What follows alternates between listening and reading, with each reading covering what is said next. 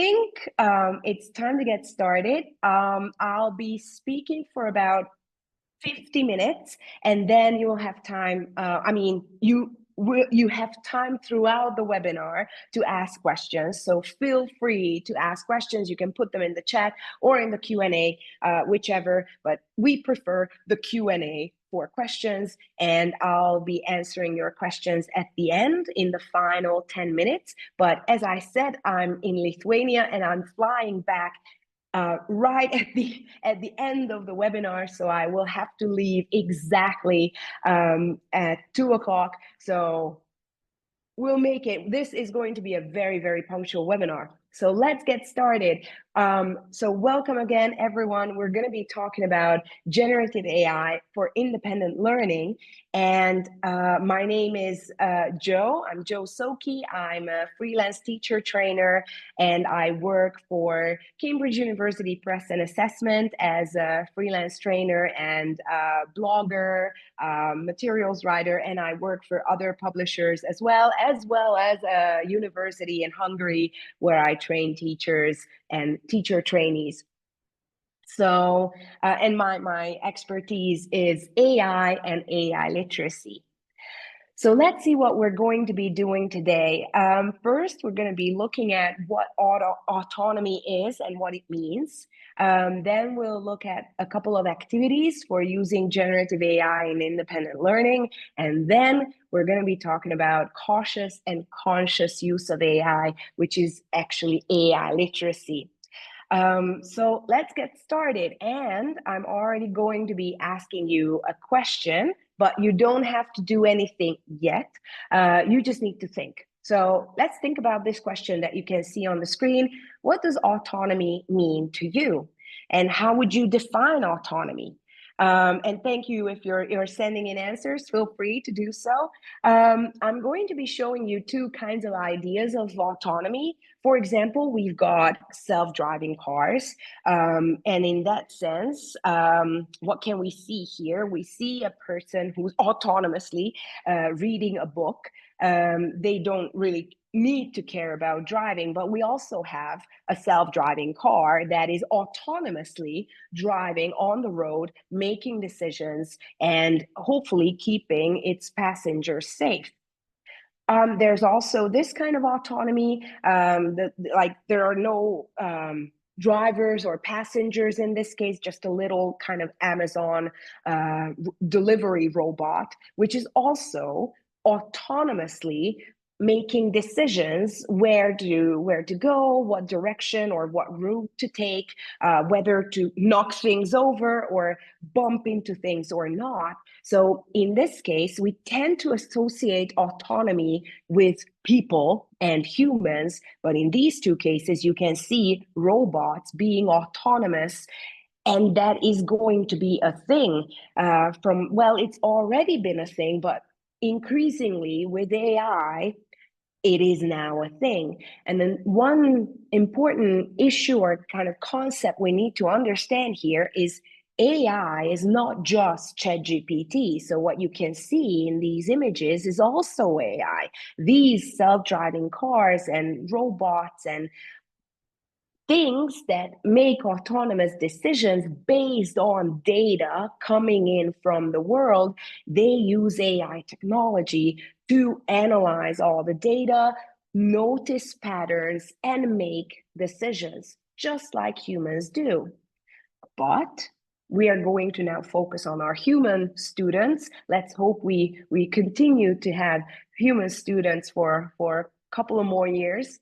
Let's design an autonomous learner. So that's going to be your first task that I'd like you to take part in. You can use the chat box for that, which I'm checking right now.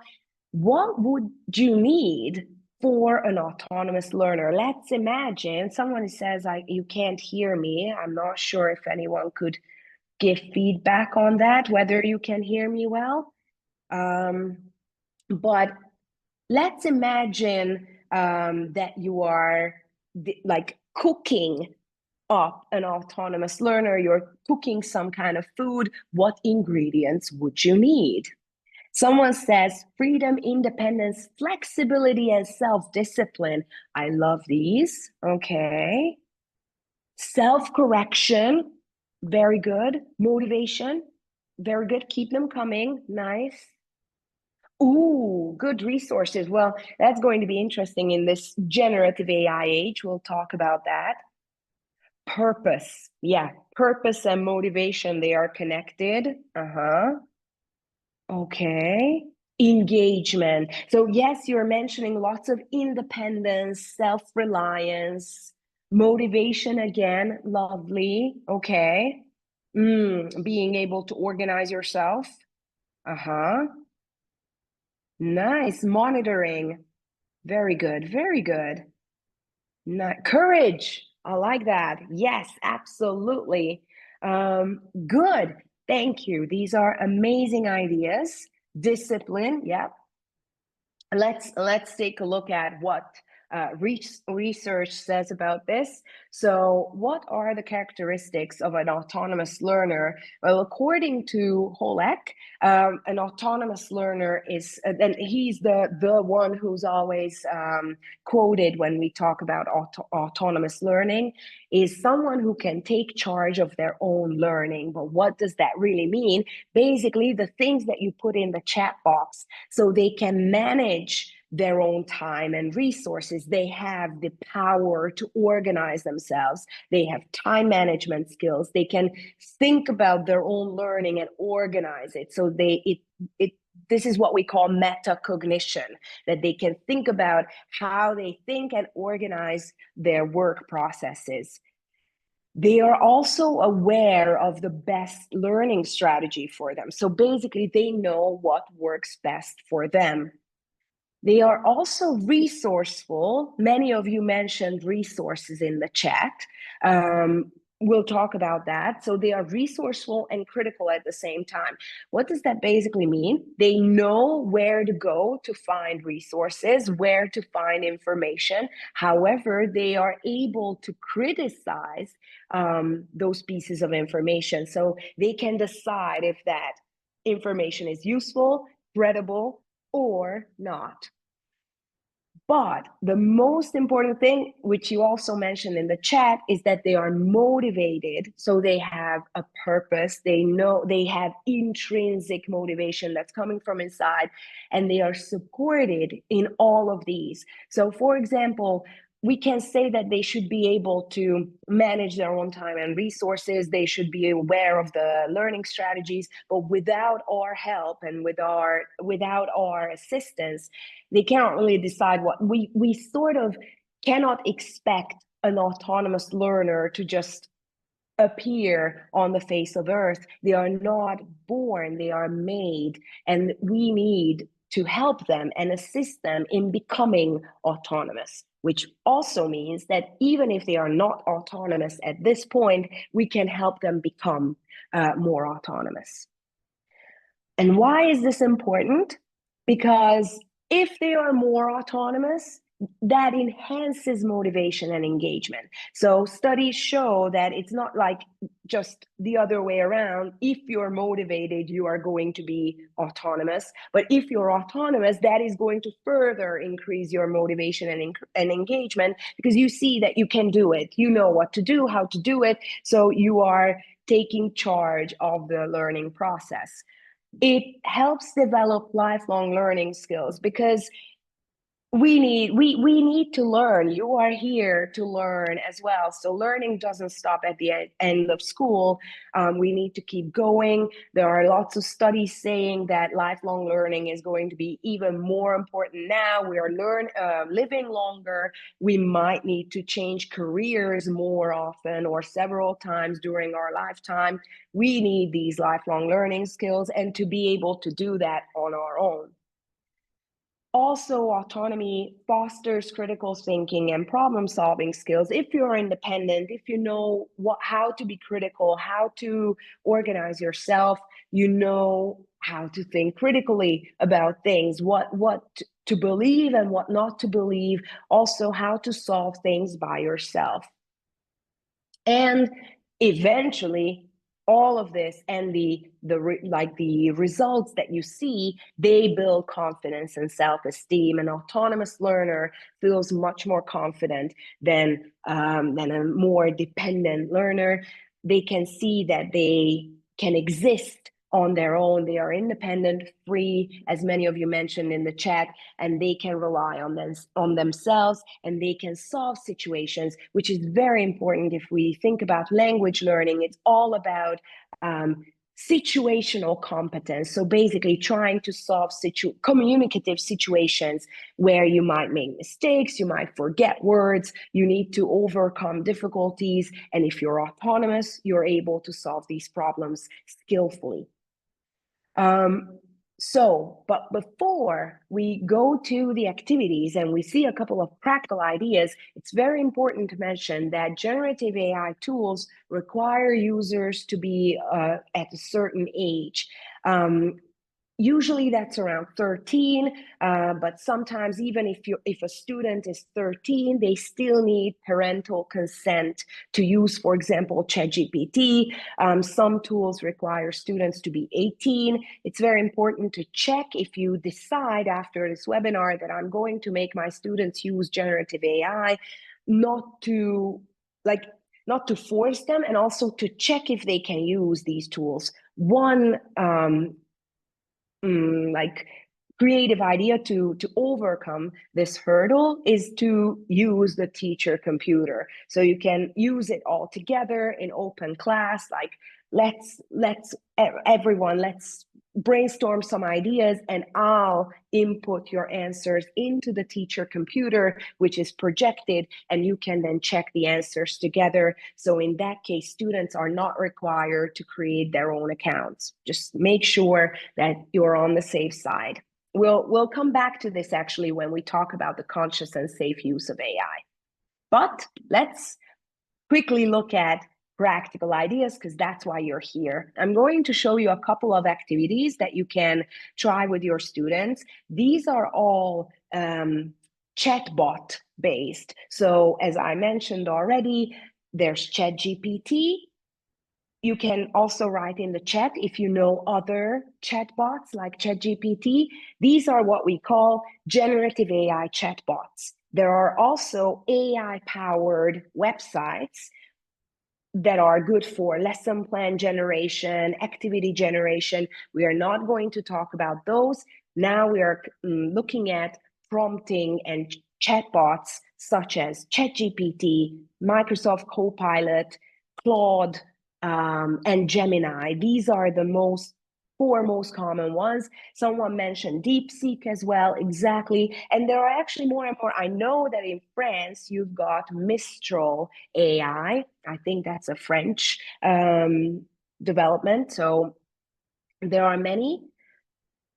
Basically, they all work on the same basis. So we're going to look at how you can prompt a chatbot to help with autonomous learning and independent learning. So the first idea I'm going to show you is the writing assistant idea.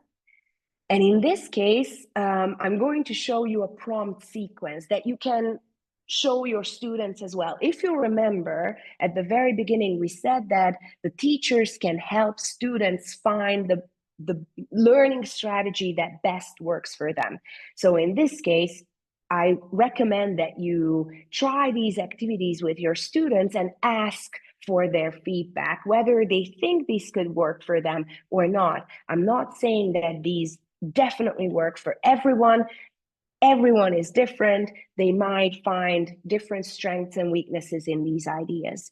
But in the writing assistant idea, we've got the first prompt that here's the text I wrote. Don't correct the grammar or vocabulary mistakes, but highlight them. Why is this, or what is this doing?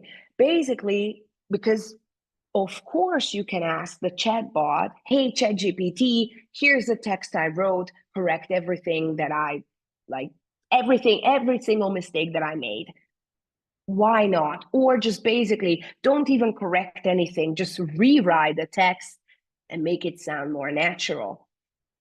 It's absolutely something that students could do, but it's a better idea to hold back the rewritten form just to make them work a bit more. It's obviously much easier to ask ChatGPT to rewrite the whole thing, but if you hold it back and say, don't correct anything yet, and let's see what happens, at this point, the student would get the highlighted version. Some things are highlighted, some things are not. And then the student, at first, maybe in class with teacher assistance, they rewrite the text and then put it back into the chatbot again and say, okay, here's my corrected version. Is it any better? Again, highlight my mistakes. I'm saying that at first it's a better idea to try this in class with teacher assistance, because then you can monitor the process, you can help your students and kind of force them to go through this process and see how it works out for them. And the third prompt would be, again, the student rewrites the text, and at this point, they already got bored, they had enough. Okay, now explain to me what's wrong with the mistakes that I couldn't correct. Because maybe there are still mistakes they cannot correct anymore. So explain to me what was wrong and why. Let's see an example. So here's something that I put into ChatGPT. So it was a purposefully written text with mistakes, and I asked the same prompt. So don't correct my mistakes, but highlight that's wrong. And you can see how it highlighted them. And it's very important to say, don't say anything about what's highlighted. Like, don't start explaining, because it actually does. It can give proper explanations why certain things are incorrect and how they should be written in the correct way. But tell ChatGPT, don't do anything else that I say, just highlight. And then, yes, I'm going to show you more example. I put in the corrected version. Let's say I corrected a couple of things, but I still have some mistakes left. Again, highlight my mistakes. Let's see if I actually corrected anything. So, okay, so the most useful thing, okay, for example, yes, I'm not going to be able to see, but I must have corrected something. And then the third part is when you, let's say you give up, or you don't give up, but you don't understand, because if you look back, for example, we had the most useful thing and the I is lowercase. Then I corrected it to make it capital, and it's still highlighted. So this is the most important part, to be critical. And that's why teacher assistance is so important. We need to make our students understand that what ChatGPT says is not the absolute truth. It's something that might be useful, but it shouldn't be taken at face value. For example, in this case, what about this sentence? What's wrong with it? And it's a different one, but it says that maybe at this point there are I can't see what my problem is. So let's figure out whether ChatGPT can actually explain what's wrong, or there are still mistakes. Because the most important thing to know about chatbots is they can hallucinate. Okay, I'm not sure, I'm going to put this in the chat box, I'm not sure if you're familiar with this term, but hallucination is when they make up things that are not correct or are not real. They might correct something but incorrectly, and that can happen. That's why it's important to keep equip our students with critical thinking, or to be there with them to help them and guide them in this respect. So it's a practical idea, but we always need to be alert. Another idea I want to show you is this one, but for this, I'd like you to take part, because what you can see at the moment is that this is the result that you can see. So this is something that was generated with the help of a chatbot. You need to find out what the prompt could have been. So I'm going to give you a couple of seconds. Just take a look at this table here. What do you think could have been the prompt? Okay, a student generated this, but what did they want? Okay. So I'm going to give you a couple of seconds to think about this. You may want to write your ideas in the chat, but don't worry, it might be too long. Okay, I'm going to show you the prompt. It was a bit of a longer prompt, but this student actually asked for a study plan. So you can see the prompt on the screen. I'm going to read it out. My teacher said that my sentences are short, not complex enough, and sometimes incoherent. I want to take a language exam. Can you give me a study plan in a table format? I have 20 minutes to study every other day, and also give me a book or app ideas that I can use. And you can see that the generated result understood the task. So we've got every other day, we have a study focus. I mentioned that I only have 20 minutes per day to study, so I've got an activity. I also have the time limits that, and these activities are broken down into sub-actions, and I've got resources that I asked for, and we can again check if these are real or not, but actually these are. And look, there's also a Cambridge website that ChatGPT recommended, and I didn't even ask for it. So that's very nice. So this is another idea that students can use a chatbot for personalized study planning, basically filling in lots and lots of context details. Who am I? What am I studying for? How much time I have? What I want to focus on? Help me with a plan.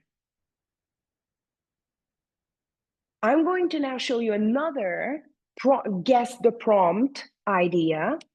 Look at this one. It doesn't look entirely beautiful.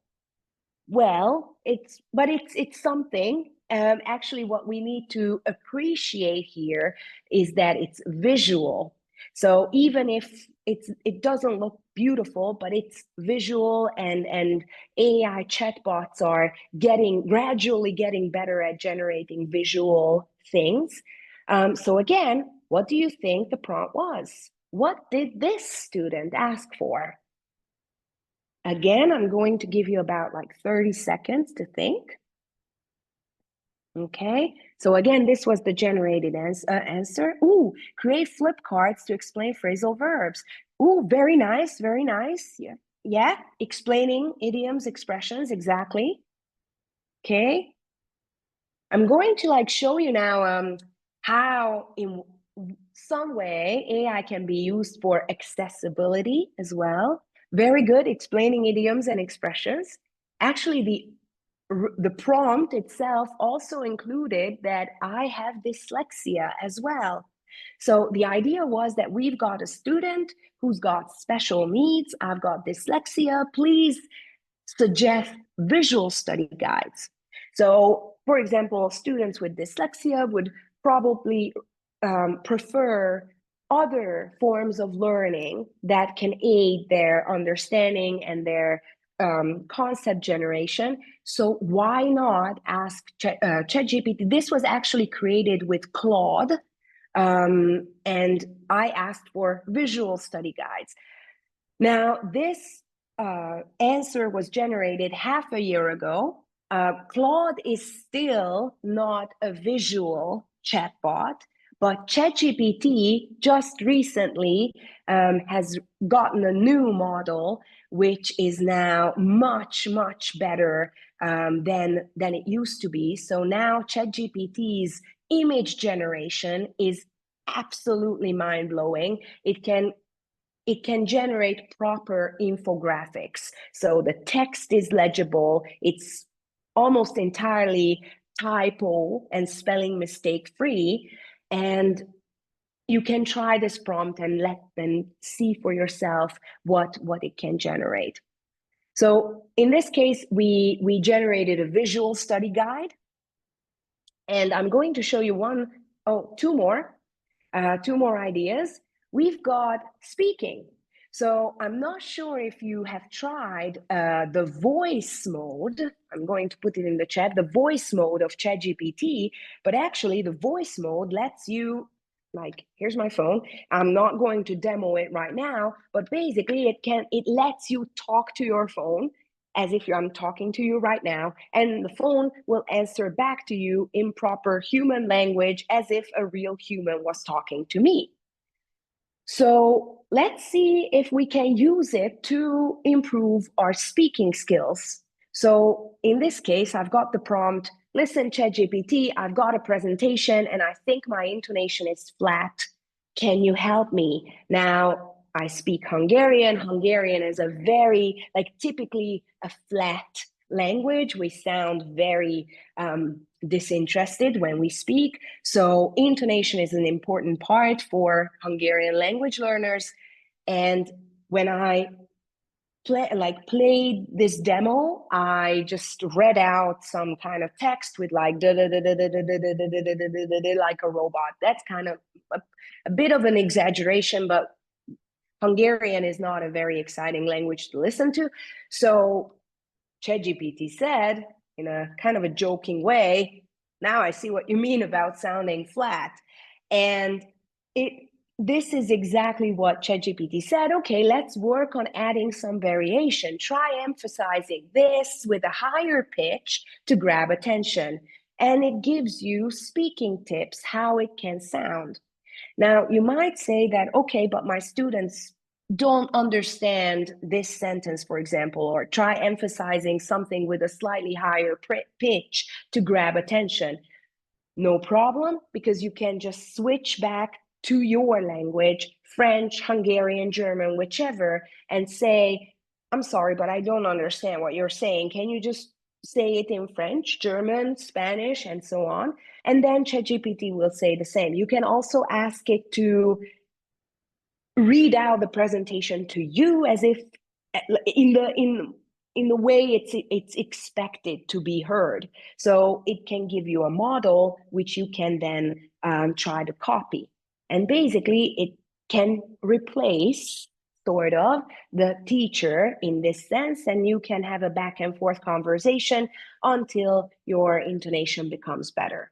Now, I tested it with pronunciation. So the pronunciation of individual sounds, it doesn't really do so well in that respect. It kept saying, or it keeps saying how you should say that particular sound, but it doesn't really feel like, it doesn't really understand or hear what sort of mistakes the student is making and how those mistakes can be corrected.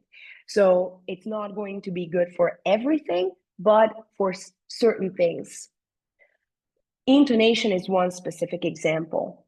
However, you can practice speaking in another way, especially if your students are B2 plus, so a bit higher level.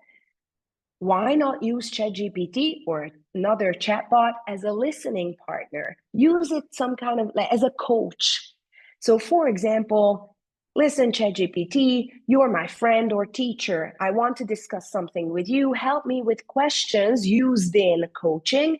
Help me come up with ideas for, and some examples can include preparing for a language exam, getting ready to study abroad, how to find people to practice my English with in my town, or anything.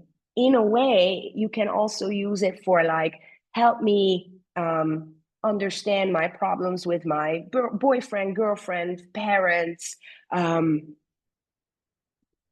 anyone, neighbor, and so on. So as a kind of a coaching partner, the only thing, again, but we'll come to that in a moment, is to be, again, critical. So look at it as a language practice opportunity and not as a therapy session. So it's very, very important how we treat these things. So that's why I'm listing more practical questions. How can I pass my language exam? How can I adjust to studying abroad, maybe? Or I want to attend a summer school. What should I do? How can I make friends? Okay. And this is where I want to talk about how to use these ideas safely. So we saw a couple of practical ideas how students can make use of these tools, how they can basically turn AI chatbots into language learning tools. But it's very important to make them understand what they need or what they can do to play it safe. So again, I'm going to ask you a quick question, okay? So, and we already talked about hallucinations, so it's a little bit connected to that. So has AI ever misunderstood you? And you can see some answer options on the screen. You can just put a number in the chat, okay? So has AI ever misunderstood you? You can actually say that you've never used it, so you know you have no idea. But let's see why. Okay. Uh-huh. Ooh, it seems like number two uh, is dominating. You can actually, if you want to, you can type in also which word it misunderstood. There's a very well, a couple of famous cases in connection with this, and I'm not going to actually say it in this webinar, but there are a couple of words in English and in other languages as well that are polysemous, which basically means that they are the same word, for example, table and an Excel table. So if we want a PC example, then I can say that write an essay about tables, and it might misunderstand table, and it will either write an essay on wooden tables or it will write an essay on Excel tables, but it might, like I might have expected one or the other. But let's see what you put in the chat. Ooh, that's a very good one. Someone said, I wanted an idea about creating secret coded messages, but it was reluctant to answer based on security. We'll talk about that. Very good in a moment. Uh-huh. All right. Uh-huh.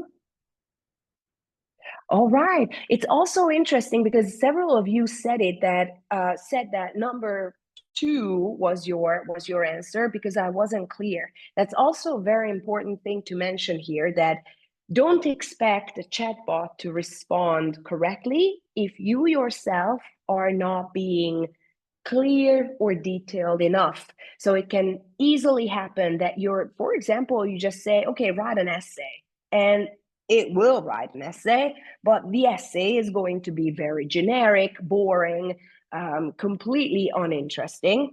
Why? Because you didn't give enough details. I'm going to go back to this prompt, if you remember, and look at this prompt here in the thought bubble. This is a very long prompt. I gave lots and lots of details, but in order to get a more like specific result, something that will actually satisfy my needs. So it's very, very important to be specific and include lots of details in order to get something that can be useful. Now, somebody mentioned this thing about secret coded messages. That is something that can actually happen when AI chatbots were or are being trained to act safely and responsibly. So it's all their answers depend on what they were trained to do.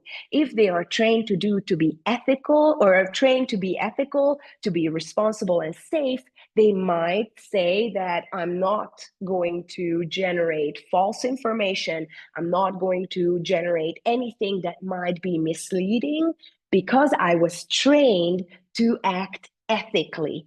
But there are obviously ways so that you can trick the system, but we can see this tendency that developers are trying to make these chatbots as safe as possible. But again, it might lead to these problems that as teachers, you want to generate something that you can then use to educate your students, but you cannot generate it because the chatbot will reject your query because it thinks that you want something bad.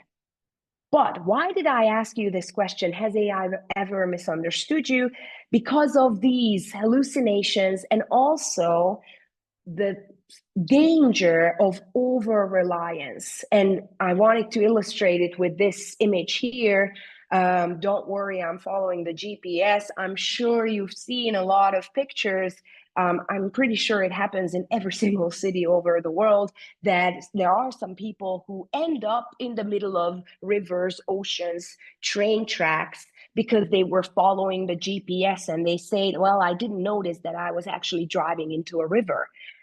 What is happening in these cases? Basically, people are relying so much on technology and they put so much faith in technology that they kind of lose their common sense and they are not even checking where they're going. And they think that, well, it's the GPS that told me to go straight, even though I could clearly see that I'm going into the ocean.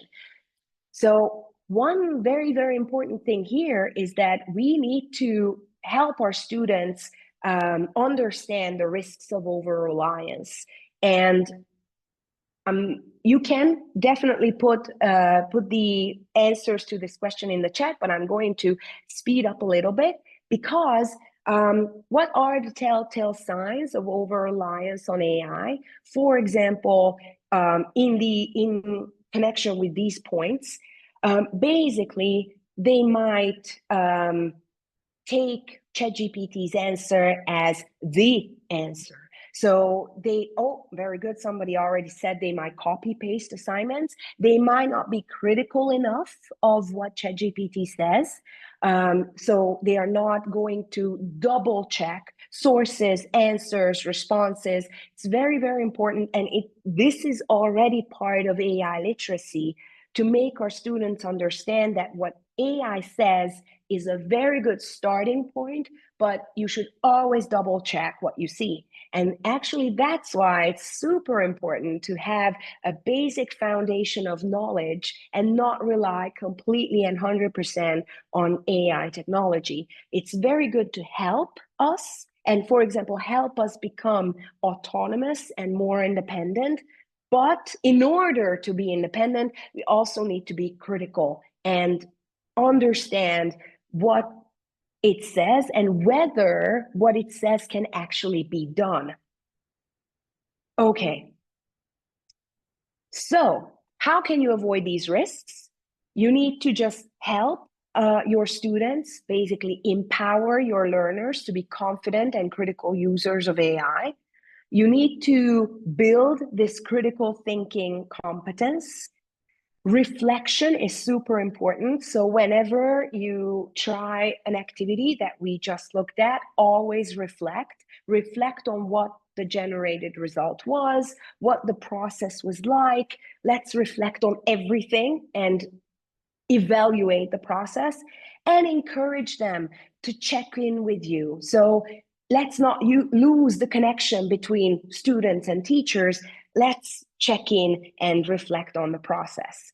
And now let me just say a couple of words about AI literacy, because it's a crucial part of using AI. Using AI is not just the ability to prompt ChatGPT and to ask the right thing, but to understand all these that you can see in these bubbles. So what are the risks? What are the benefits? What are the implications of using, for example, AI? There are lots of environmental implications of using AI. So while it's a good idea to experiment and to prompt this or that, try this or that, we need to also be mindful of the environmental implications, how much energy one prompt is using or one image prompt is using. And at the same time, we've got this triad of bubbles here. Use AI critically, ethically, and safely. So don't share data, personal data, confidential data, and ask for things that are ethical.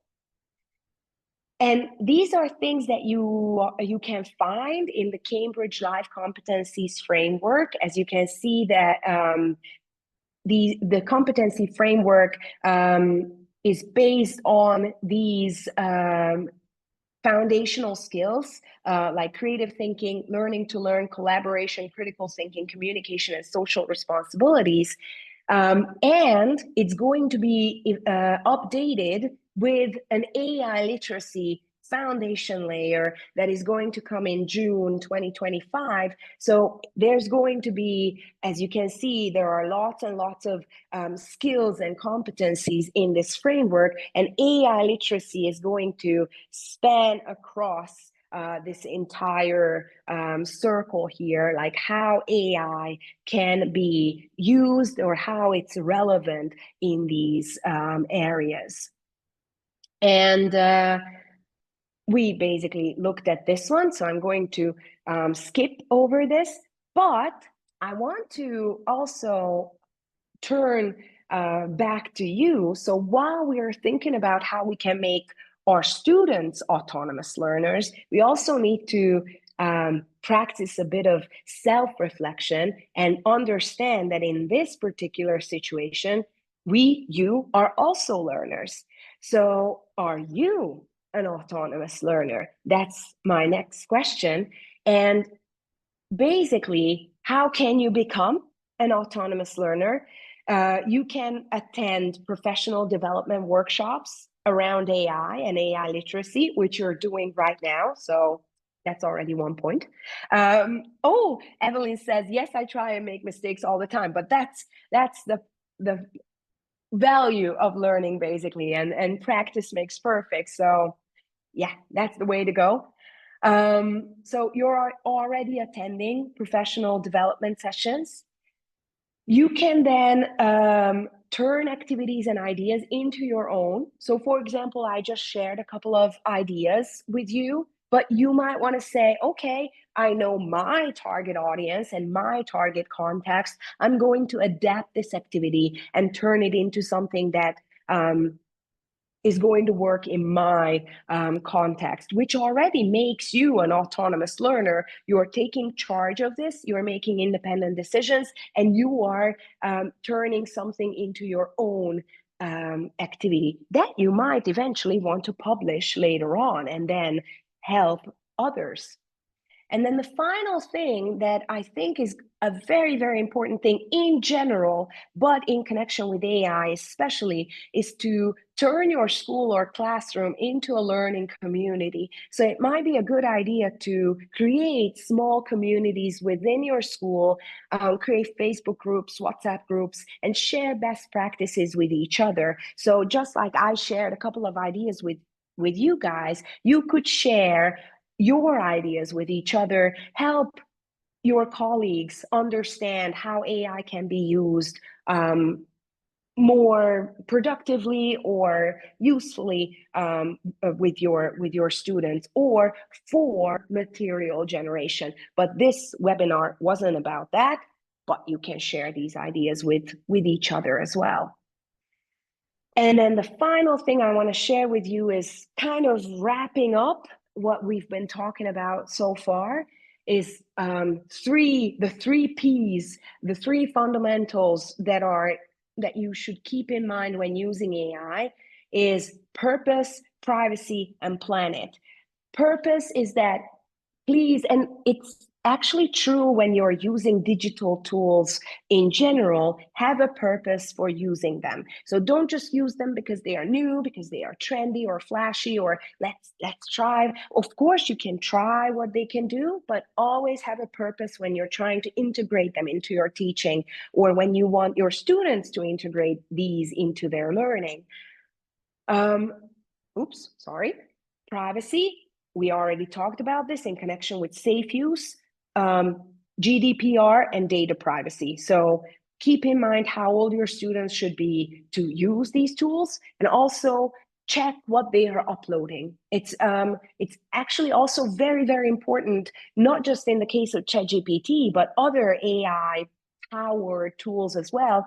For example, Snapchat, other like Instagram, Facebook, all these, everything now actually involves AI. So it's important to help students understand that whatever they share is going to be somehow involved in training these models. So they need to pay attention to privacy and plan it. As I mentioned already, consider how much energy one prompt or one image generation is using. Again, I know that, for example, right now we're using tons of energy just to deliver this webinar across the world. There are, of course, things that we cannot now really control, but there are things that we can. So, for example, if we're just prompting for fun all day long, let's try to cut that a little bit. So let's do a final recap of what we have done today. We talked a bit about what autonomy is and what's needed for a learner to be autonomous. Then we looked at a couple of practical activities for using GenAI in independent learning. And then we talked about how students can use AI in a cautious and conscious manner and what AI literacy is and why it's important. So this is how I'm going to end my presentation and webinar today. There are some other useful resources, a couple of blog posts from the World of Better Learning blog from Cambridge University Prep and Assessment. And I'm very happy that you all came here today. And thank you for your attention. And let's see whether we've got questions. I'm going to look at the Q&A. Okay, all right. Let's see. I've got a question. Okay, Evelina asks, should we give students writing homework? Oh, yes, as we can never be sure how much of it is there. Should we give writing tasks? Oh, yes. That's a great question. Thank you so much. Honestly, I don't think so. Or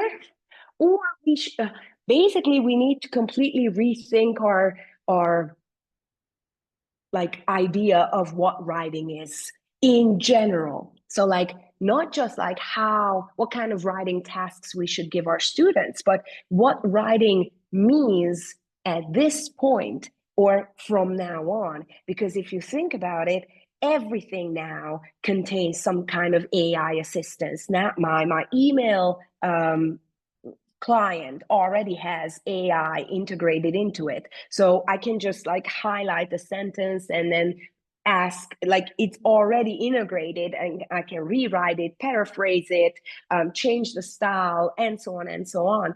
So first of all, we need to just think about what is writing now. Do we still need to write letters of complaint, email, and the typical things that are in course books? Are they still relevant, or has writing changed already in a way that now AI assistance is already part of the thing? So maybe it's a good idea to show them, okay, this is how you write with AI assistance, and this is how it works. That's one thing. The other thing is, I wouldn't really ask them to write anything at home anymore because there's just no point.